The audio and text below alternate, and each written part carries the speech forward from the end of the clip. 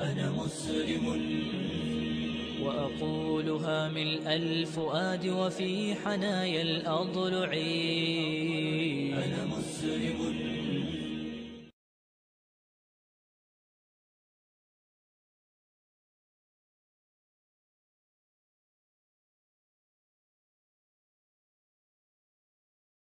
Le forum débat de Beurre FM, Abdelkrim Branine.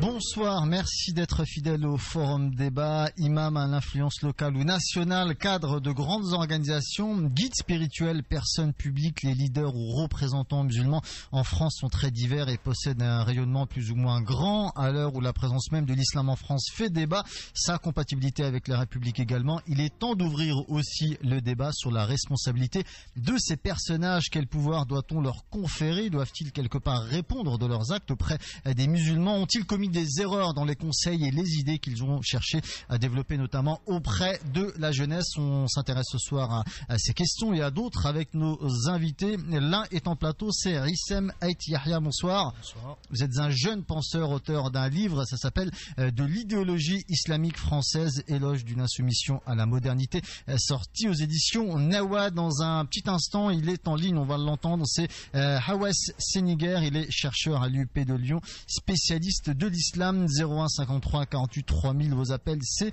dans quelques minutes. Plusieurs prises d'opposition de leaders musulmans plus ou moins vus comme légitimes ont souvent suscité le débat au cours des dernières années. La dernière en date, c'est cette sortie médiatique de Tarek Oubrou, imam de la mosquée de Bordeaux, qui intervenait notamment, qui invitait les musulmans à renoncer à une certaine visibilité et qui affirmait que le port du voile n'est pas une obligation, etc. On aura l'occasion d'y revenir dans le détail. Ça tranche avec ces prises d'opposition du passé, ça tranche aussi avec la pensée du mouvement auquel il appartient, l'UEIF, un revirement qui pose plusieurs questions. Est-ce que vous, Rissem, à titre personnel, ce revirement vous a surpris? Quand on connaît l'origine, la trajectoire de ce genre de personnalités qui sont auto-proclamées, je dirais même proclamées pseudo-représentants de l'islam en France grâce au service du ministère de l'Intérieur, il y a une logique derrière. Et je prends l'exemple de Tarek Oubrou. On sait que c'était un immigré marocain. Donc tout d'un coup, en quelques années, commence sa petite carrière de prédicateur et se voit propulsé comme un pseudo représentant de l'islam en France. Donc quand on a une vision historique des trajectoires personnelles, sincèrement, ça m'étonne pas. Je l'avais dit, il est en direct avec nous, c'est Hawass Seniguer. Bonsoir. Bonsoir. Moi, j'ai entendu une interview de vous, Hawass, sur laquelle vous êtes revenu sur cette prise de position de Tarek Oubrou. Je vous repose la même question. Est-ce que ce revirement de Tarek Oubrou vous avez surpris? Et j'ai l'impression que c'est un revirement un petit peu opportuniste, dans la mesure où, si l'on pousse plus loin la logique, puisque lui prétend qu'il y a une logique d'acculturation, sans jamais définir véritablement le terme d'acculturation, dans ce cas-là, pourquoi ne pas adopter demain des prénoms francisés pour les jeunes d'origine maghrébine ou les jeunes musulmans, puisque, par définition, dit-il, le foulard n'est pas une prescription coranique, il n'entre pas dans ce qu'il appelle la aqidah, donc la croyance. Par conséquent, la question que je lui poserai, plutôt que de donner des réponses péremptoires, je lui poserai la question suivante: pourquoi les musulmans, finalement, n'adopteraient pas à l'avenir des prénoms francisés, Christian, Paul, Jacques, etc. Vous venez d'évoquer la question de l'acculturation. Est-ce qu'il y a une différence entre l'acculturation et l'assimilation, un petit peu pour donner des billes à nos auditeurs, Hawass? Alors, qu'est-ce qu'il entend? En fait, il faudrait demander à ces personnes qui usent et abusent du vocable d'acculturation de définir eux-mêmes le concept auquel ils se réfèrent. Parce que si on suit la logique d'acculturation telle qu'ils l'entendent, telle que leur discours le laisse entendre, ça voudrait dire abandonner, je dirais, les stigmates de tout ce qui pourrait rappeler de près ou de loin l'islam. Et je dirais, pour conclure, qu'il sert sur un plateau d'argent le discours identitaire, puisque la logique des identitaires, c'est de dire musulmans, disparaissez. Rissem, on vient d'entendre Hawass Seniguer qui nous dit que Tarek Oubrou et Kamel Béchi, qui est notamment le président de l'association Fils de France, qui parle d'acculturation, il est en train de faire le lien avec les identitaires.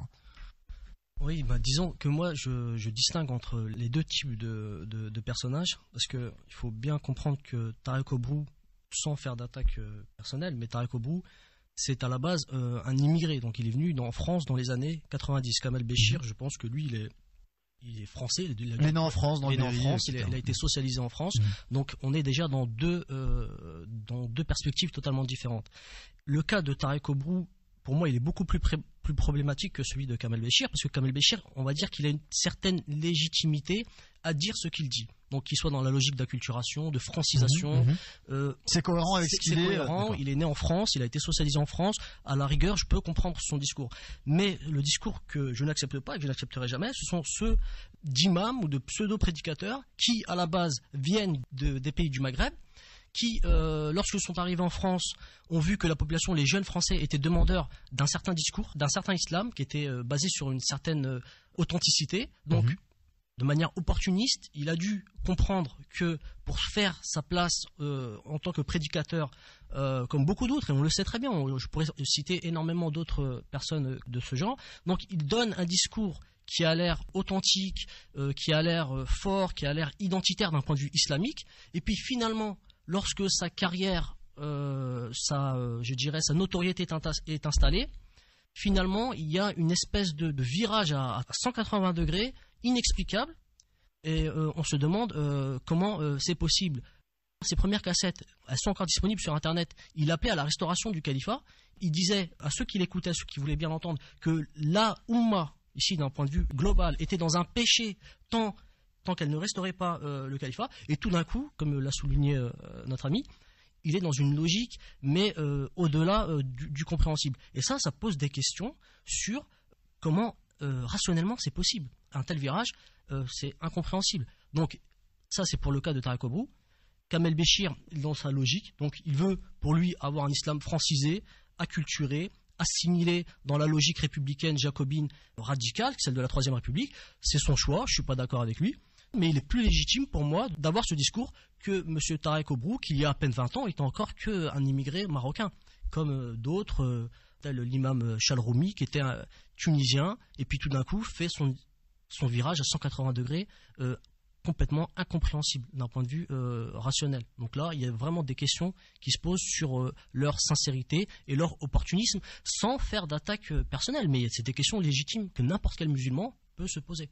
Une question, Hissem, juste avant la pause. Est-ce que l'un des points les plus importants, sinon le plus important, c'est pas aussi de redéfinir le rôle de ces imams, qu'ils soient ceux de la mosquée du coin ou des imams qu'on voit à la télé Ça, quand on réfléchit, on remarque de manière extrêmement claire qu'il y a une gestion de l'islam qui est de type colonial ou de type postcolonial.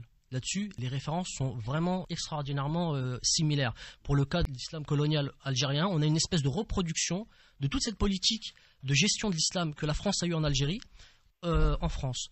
Donc, qu'est-ce qu'elle fait? Elle essaye, via le ministère de l'Intérieur, choisit elle-même ses interlocuteurs, et les musulmans sont complètement lésés, et on est en face à des positions schizophréniques, où tout d'un coup, un imam, pour se faire une place, nous donne un discours, je dirais, teinté d'authenticité, et puis 10 ans plus tard nous demande de nous rendre complètement invisibles dans l'espace public, gage de notre francisation. On voit bien qu'il y a une logique coloniale, postcoloniale dans ce modèle qui nous est proposé. On revient sur le rôle de ces imams dans un instant avec nos invités. Vous venez de l'entendre à l'instant. Hissem Ait Yahya, il est auteur d'un livre qui s'appelle De l'idéologie islamique française, éloge d'une insoumission à la modernité. Le forum débat de Beurre FM. Abdelkrim Branine.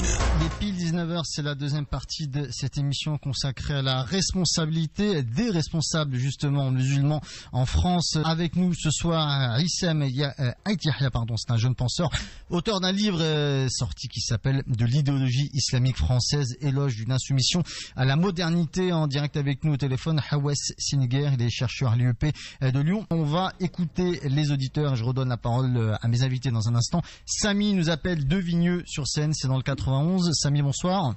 Donc premièrement, j'aimerais rendre un hommage au frère Hissem Ait Yahya qui est ici, qui a écrit vraiment un très bon livre qui est très instructif. D'ailleurs, j'en profite pour faire la pub de son deuxième livre, qui est celle du Fiqh al-Waqi', qui est vraiment un très bon livre aussi. Deuxièmement, concernant le sujet de ce soir, en fait, j'aimerais diviser mon message en deux parties. La première est bien sûr concernant ces pseudo-imams et ces représentants qui s'auto-élisent en travaillant avec les gouvernements, etc. eux, entre guillemets, font leur travail pour essayer de saboter l'islam. Mais le deuxième truc, c'est aussi la position des musulmans. On peut, entre guillemets, jeter la pierre à Chalroumi, mais quand on voit qu'il y a encore des musulmans, entre guillemets, qui vont là-bas prier le vendredi ou même faire la prière derrière lui, il est problématique et ça montre que cette communauté, elle n'est pas organisée, elle est divisée, elle est séparée, elle ne sait pas ce qu'elle veut, elle ne sait pas quelle position adopter en phase d'attaque comme celle-ci. Donc, premièrement, il faut les laisser travailler de leur côté, ils veulent saboter l'islam. Laissez-les travailler, il faut que nous, on s'organise et qu'on travaille de notre côté pour pouvoir justement répondre de la meilleure des façons à ces gens-là. Eh bien, c'est dit. Merci Samy. On vous dit à très bientôt. Samy qui parlait de la responsabilité des musulmans lambda de tous les jours. Eux-mêmes, personne ne les oblige, bien entendu. Aïssam. Mais bon, alors là, c'est compliqué parce que se pose la question de la gestion des mosquées. Or, aujourd'hui, on sait très bien que les musulmans se voient refuser la gestion de leur propre mosquée. Je prends un exemple, c'est le cas extrêmement grave de la mosquée d'Épinay-sur-Seine. Vous avez une association de jeunes musulmans d'Épinay qui se voient confisquer leur mairie sur ingérence du maire. Le maire s'ingère dans les affaires de la gestion de l'islam en France, choisit l'imam et choisit de donner cette mosquée à monsieur Dalil Boubaker de la grande mosquée de Paris. Donc, quand les musulmans ils s'organisent, quand ils ont les moyens de s'organiser, on leur refuse ce pouvoir. Pourquoi ? Parce qu'on est encore une fois dans une logique de gestion post-coloniale de l'islam. L'État français, de manière générale, et le gouvernement, via le ministère de l'Intérieur, ne veut pas d'un islam qui soit aux mains des musulmans. D'accord ? D'où le fait qu'il choisit lui-même ses interlocuteurs. Pourquoi ? Parce que, encore une fois, l'islam, ça, dans la représentation qu'en ont l'État français, la majorité de la population française représente une menace. Donc, on est obligé de le contrôler, de la même manière qu'on contrôlait l'islam en Algérie, en refusant l'application de la laïcité de la loi de 1905. Elle n'a jamais été appliquée dans l'Algérie coloniale. De la même manière, aujourd'hui, on nous rabassine tout le temps le fait que la France est laïque, mais ce qui est bizarre quand même, c'est que les maires, les préfets s'ingèrent dans la gestion de l'islam en France. C'est une chose qu'ils ne feraient jamais dans la gestion du culte catholique, protestant ou juif. Donc, oui, c'est clair, on a une part de responsabilité, nous, musulmans, en tant que musulmans du quotidien, mais même lorsqu'on s'organise, on nous refuse ce pouvoir et ce droit à gérer nos mosquées. Hawass, vous êtes toujours avec nous ? Toujours là, oui. Alors, on dit en islam, Hawass et Niger, qu'il n'y a pas de clergé, mais quand on voit ce pouvoir que les musulmans confèrent aux imams, est-ce qu'il n'y a pas là une contradiction, Hawass ? Fondamentalement, ce qu'on peut dire par ailleurs, c'est que comme il n'y a pas de clergé, il y a une pluralité de communautés. Finalement, la bonne nouvelle, si je voulais faire un petit peu d'ironie, c'est que comme il n'y a pas de clergé, il y a une pluralité de communautés et que par conséquent, l'attaque qui est souvent faite aux musulmans de faire du communautarisme tombe. Alors, allez-y, Aïssam. Oui, en sachant qu'il y a un communautarisme musulman, mais c'est un communautarisme qui n'est pas organisé, c'est un communautarisme par défaut. D'accord ? C'est lorsque les musulmans sont entassés dans certaines zones périphériques des grandes villes en France, c'est pas par un choix, c'est pas par tactique, c'est pas par stratégie, c'est qu'ils ne peuvent pas faire autrement. Et d'où le fait qu'il y a un communautarisme qui s'organise et qui d'ailleurs n'est pas forcément nuisible, puisque beaucoup de musulmans ne trouvant pas de débouché ailleurs trouvent quand même un débouché à l'intérieur de ce communautarisme par défaut. Il faudrait quand même que les musulmans arrivent à s'en sortir. Ils n'arrivent pas à s'en sortir d'un point de vue citoyen dans l'espace public. On s'organise par défaut pour avoir un communautarisme au moins vecteur de potentialité pour les musulmans. On va revenir aux auditeurs dans un instant. Moi, je voulais repréciser ma question de tout à l'heure. Je voulais parler de la responsabilité, de la responsabilisation des musulmans de tous les jours et revenir sur ce fameux pouvoir des imams. Il suffit tout simplement d'écouter des émissions où les imams interagissent avec les auditeurs. On a bien également une sur cette antenne pour entendre des musulmans demander une validation pour des choses très importantes. Est-ce que là, on n'a pas un problème de responsabilisation, Aïssam ? Le problème, c'est qu'il y a un problème d'ignorance, de jahl. Et on ne peut pas reprocher à des musulmans qui ne connaissent pratiquement rien de leur religion d'aller demander à des personnes qui sont censées avoir le savoir. Allah subhanahu wa ta'ala, il dit dans le Coran « Fa'assalu ahlu dhikri in kuntum la ta'lamun » Donc, in kuntum la ta'lamun fa'assalu ahlu dhikri. Si vous ne savez pas, demandez aux gens du rappel. Les gens du rappel, ici, en l'occurrence, les gens du savoir. Malheureusement, je pense qu'il y aura toujours le fait de demander de la science à quelqu'un prétendument. Alors, c'est le mot prétendument, moi, qui m'intéresse justement. Là, on est encore dans un problème beaucoup plus complexe, parce que quelqu'un qui n'a pas de science, comment faire pour juger de la... C'est le serpent qui se mord la queue. Donc moi je pense que de toute façon sur certaines questions ça va tendre à disparaître parce que le niveau, j'espère en tout cas Inch'Allah, que le niveau de la communauté musulmane en France il va s'élever de plus en plus. Et de toute façon on le voit, les jeunes ils s'accaparent de plus en plus leur religion, ils vont directement aux sources, donc les sources fondamentales, le Coran et la Sunna. Donc il y a une espèce de diffusion d'une orthodoxie qui va réduire la part de l'ignorance. Et c'est inévitable à mon avis. Le forum débat de Beurre FM, l'information autrement. Troisième partie de cette émission, on parle toujours de la responsabilité des responsables musulmans en France. 01 53 48 3000. Nos deux invités, Rissam et Yahya, et son livre de l'idéologie islamique française, éloge d'une insoumission à la modernité, aux éditions Nawa. Hawes Sénéguer, il est chercheur à l'UEP de Lyon, spécialiste de l'islam. On va revenir aux auditeurs. On va écouter Méziane. Méziane nous appelle de Paris 18e. Méziane, bonsoir. Oui, bonsoir monsieur. Voilà, moi j'interviens d'une manière un peu simplette. Moi je me pose la question, n'étant pas moi-même qualifié en religion, j'ai la foi du charbonnier comme dirait l'autre, je me pose la question, est-ce qu'il n'y aurait pas une incompatibilité de se trouver en porte-à-faux dans une société qui est complètement laïque et voire d'origine chrétienne, et juive et chrétienne. Par exemple, j'ai un de mes enfants qui fait la prière, il essaie d'appliquer le Coran comme il faut, et dans son entreprise, il y a des banquets, il y a des choses comme ça, des relations publiques, où il y a de la nourriture, donc il n'y a pas de viande halal, il y a toujours de l'alcool. Par conséquent, ça pose un problème.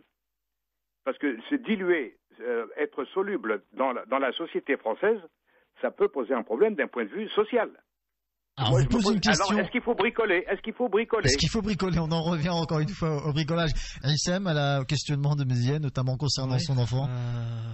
Fondamentalement, c'est vrai que le problème de la visibilité de l'islam, qu'est-ce que c'est en réalité? C'est le fait de la pratique de l'islam. Aujourd'hui, les jeunes, de plus en plus, pratiquent l'islam.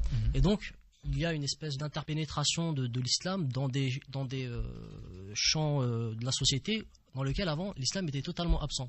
D'où le fait que ça nourrisse une certaine peur et islamophobie. Est-ce qu'on doit bricoler? C'est sûr qu'il y a du bricolage là-dessus. Mais maintenant, là où c'est problématique, c'est lorsque ce bricolage doit revenir sur l'expression même de notre identité musulmane et doit toucher des points du dogme. Donc, fondamentalement, notre identité. Et là-dessus, c'est intolérable. Il y a le respect de la loi de la République, je veux bien. Mais quand sont votées des lois qui, par essence, dans le dogme républicain, dans le dogme démocratique, sont anti-libérales, donc certes, on est obligé de respecter. Mais est-ce que elles sont purement républicaines, ces lois, dans le dogme de la République elle-même? Donc je pense pas. Donc là-dessus, pousser cette espèce de fuite en avant, de dire l'importance est de respecter, de suivre la République, jusqu'où ça va nous amener ce respect, jusqu'à la dilution de notre identité. Voilà, ce sera le mot de la fin. Merci à Hawes Sénéguer, merci à Rissam et Yahya. Très bonne soirée sur Beurre FM, à demain, salut.